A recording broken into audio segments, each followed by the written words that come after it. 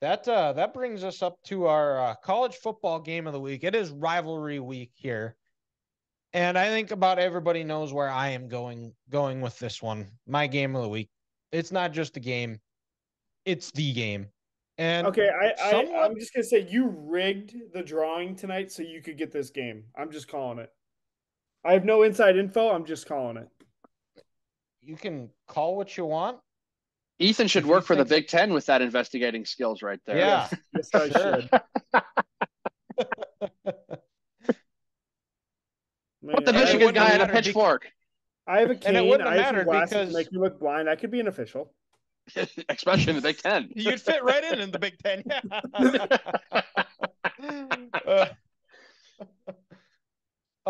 But this game it feels a little bit it's the last of the rivalry as we know it with the Big Ten getting rid of divisions. So this could be a potential where they meet 2 years in a row. 2 weeks in a row. 2 weeks in a row, potentially three times with the playoff going to 12 teams, depending on the way the bracket's set up. It could Wouldn't that be happen with something? both teams undefeated again for the second straight year. Potentially an elimination game for the playoff, where depending on what happens around the rest of college football, not to mention all the off-field stuff that is going on. Cheaters. A spot in the Big Ten title game. Michigan's going to be without Harbaugh, still serving his 3-game suspension.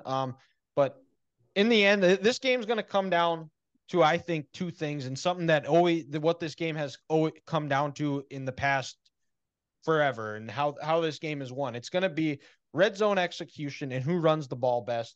The two, the team that has run the ball for the most yards the last 21 games has won this game. 2000, when Michigan beat Ohio State in Columbus, was the last time a team that had the fewest rushing yards won this game.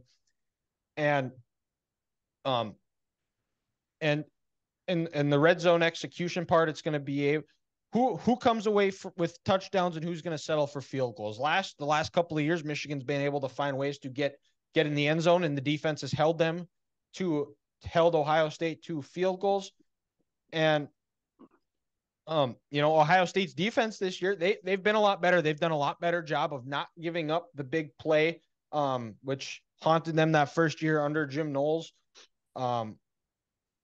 And Michigan, defensively, they need to find ways to limit TreVeyon Henderson. He's going to be what makes that offense goes. If they're able to make Ohio State one-dimensional, make Kyle McCord beat you through the air, they might throw for a lot of yards, but if they're able to hold up and toughen up in the red zone, make them settle for field goals, I really like Michigan's chances on the defensive end. And then offensively, like I said, run the ball efficiently, effectively, utilize that to set up play action, hit some big shots. JJ McCarthy needs to play a big game. He hasn't played his best, especially after last week. It was a bit of a sandwich game against Maryland. They didn't really need him against Penn State at all.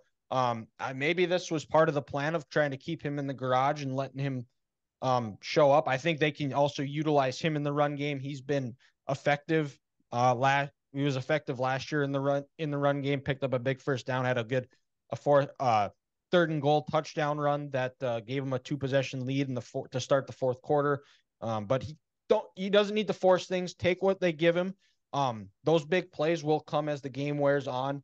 Make the easy play. Trust your offensive line, running game, and then let the chips fall where they may. So that's my Michigan Ohio State preview here. I similar to the last few years, I've had a couple of people ask how I'm feeling, and I feel very, very similar this year than I have compared to the last 2 years, where I feel confident that I wouldn't be shocked if they lose, but I feel confident that they can come in and get a win. Nothing would surprise me. I would love to see a win, especially with all the pomp and circumstance that is surrounding this game. Ohio State fans have been crying, and crying Ryan Day is saying all of his saying that Michigan's been cheating, and that's the only reason why Michigan's won the last 2 years. So this one would be a little bit sweeter. And I don't think I will ever be able to go. Ohio State's caused me too much PTSD where I don't think I will ever go into a Michigan-Ohio State game where I think, oh, yeah, for sure Michigan is going to win and it's not even going to be a question. I don't think that'll ever happen. But the cautiously optimistic is the way I would describe myself going into this game, and then wake up, sit and wait for 3 or 4 hours, which feels like 6, and then chew glass for the next 4 while a bunch of college kids will dictate my mood for the rest of the day. I really do think this is going to be low scoring. 21-17, 24-20. I don't think this is going to be like a shootout. Like, I guess Michigan's kind of kicked the shit out of them, but I don't see either of these teams kind of scoring more than 28 tops. Probably two of the best defenses, two of the top 3 defenses in probably the entire country. I think statistically, aren't they like 1 and 3 super or good. Yeah, super something like that? Where yeah. like, they both played Minnesota though, so that sure helps. Yeah, it does. It does. It's funny. Minnesota got lucky in that game because PJ was so incompetent. Michigan was like, "Is he going to run the play? Like, what are we doing? Oh, let's snap it." He was trying not to make it a blowout, and he still did it. He didn't try to win. And the corner wasn't paying attention, and he caught a nice touchdown pass. Dumb. But yeah, what the most points Michigan's given up this year, besides before last week, was 13 points or 15 points. Like, yeah, Jesus. Ohio State hasn't given up more than 17 this whole year. It's crazy. So yeah, I'm with you, Ethan. I think it's going to be a low-scoring battle, but to me, I think the difference is going to be J.J. McCarthy's legs. I think he's going to get some pressure on him. He'll be able to get out of the pocket, run on the move a little bit. I just don't see Kyle McCord being able to do that. If that Michigan pass rush gets to him, I think he's going to get a little happy feet. He's going to be a little nervous. He's not going to have 2 hands on that football, and you might see a turnover off that. So, Dylan, I know you might not be looking for a prediction, but I like Michigan to win this game and then to beat Iowa by 70. All right, there you go. And with that, Ethan, do you have a college game of the week? Yeah, I believe they call this the Civil War up in Oregon. Oh, not anymore. Not anymore. That was racist. Oh, it's fine. We're going to call it that because if anyone's going to start a civil war, it'd probably be the hippies up there. So yeah, damn right. I'm not crazy, but no, that's going to be an incredible game. Oregon's still fighting for their Friday night playoff lives. Friday night. Yeah. Oregon State. I mean, they're still going hard for New Year's Six bowl. I mean, I guess I don't know how the Pac-12 standings shake out. Who's going to be playing in the? I guess it's Oregon, Washington, probably. Well, it's Arizona still has a chance. Okay. But to your point, I think, Ethan, if Oregon wins, it's Oregon Washington because Washington's in. That's what I figured. So no, it's gonna be. I mean, Agundalei, how do you say his name? He's played. He's been there. He's played there. He's played in the big games. Herbert, what are you gonna do? Like outside of Washington, biggest game of his career. What's Bo Nix gonna do? Yeah. So did I say Herbert? Yeah. Yes. I meant Bo Nix. Yeah. They both were number 10. It's fine. Well, and you were thinking of Justin's little brother, who's the wide receiver. True, could be. And this could be this is a Bo Nix, a little bit of a revenge game because if you guys remember correctly, Oregon was up big going into the fourth quarter last year in this game and blew the lead.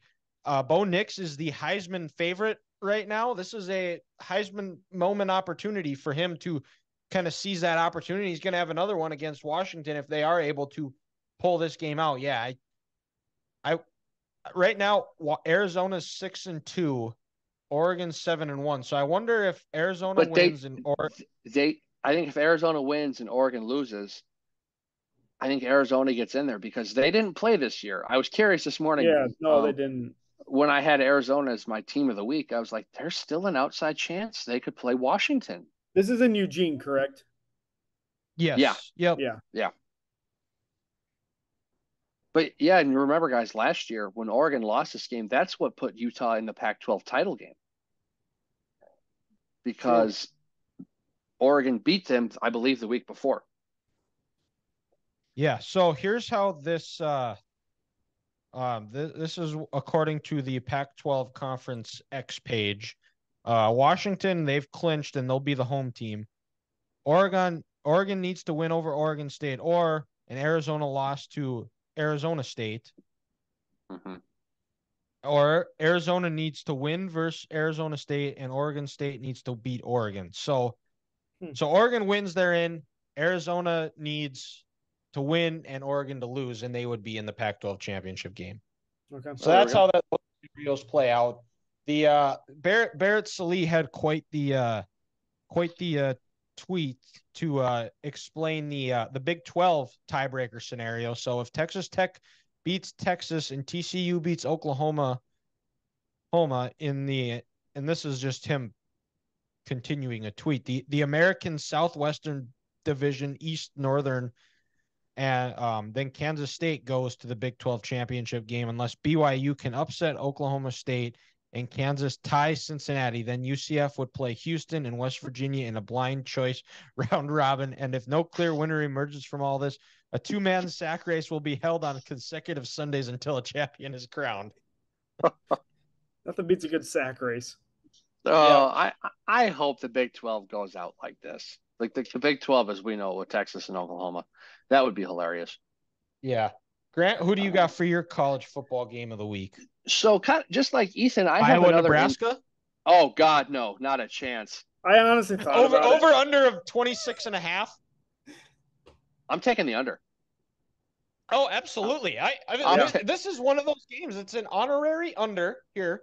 And dude, to me, this seems like a 12-9 kind of game, like 7 field goals. Man, you have a lot of faith in them even getting in that position. Well, I'm talking like 50-yard field goals. And like, but it's going to be spaced off like Sims throws an interception, Hill fumbles. Deacon Hill loses the ball in his stomach. Where'd the ball go? Fumblerooski. Oh wait, no, it's just Iowa's own Fumblerooski. Deacon Hill is too fat. Nebraska is awarded the football.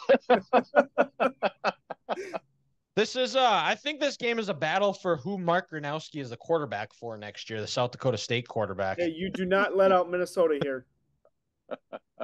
or potentially Minnesota. You know, he could basically go anywhere he wants in the Big Ten West and be the starter next year. But anyways, Grant, that don't matter next. It don't matter next year with those Pac-12 schools coming in the Big Ten West. Every team they're screwed. Like I said earlier, I got another in-state rivalry game. Well, these two schools, they don't like each other. Not known for its football, more of a basketball rivalry. But I'm going to go North Carolina State. I thought you were going to go Louisville, Kentucky there for a second. I thought about it, but Kentucky's kind of ass. And, Louisville, they're already in the ACC title game. And but I went with this game because UNC and NC State are both 8-3. NC State got the best of North Carolina the last 2 years.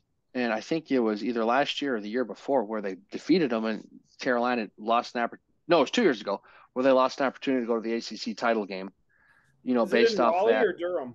No, not Durham. I believe it's in Chapel Hill. Chapel Hill. Sorry, that's what I meant. Yeah, it's in Chapel Hill. Are they in Raleigh, NC State? Yeah, they're in Raleigh. Yes. Yep. Okay. Yep. They're in Raleigh, and just kind of the bad blood between these two programs. They don't like each other. Drake May's comments last year, where he said no NC State player could get into UNC if it wasn't for a football scholarship. And then Dave Dorian came back and clapped back at him after the game. I can't remember exactly. Broke into their admission system and seen what Drake's grades are.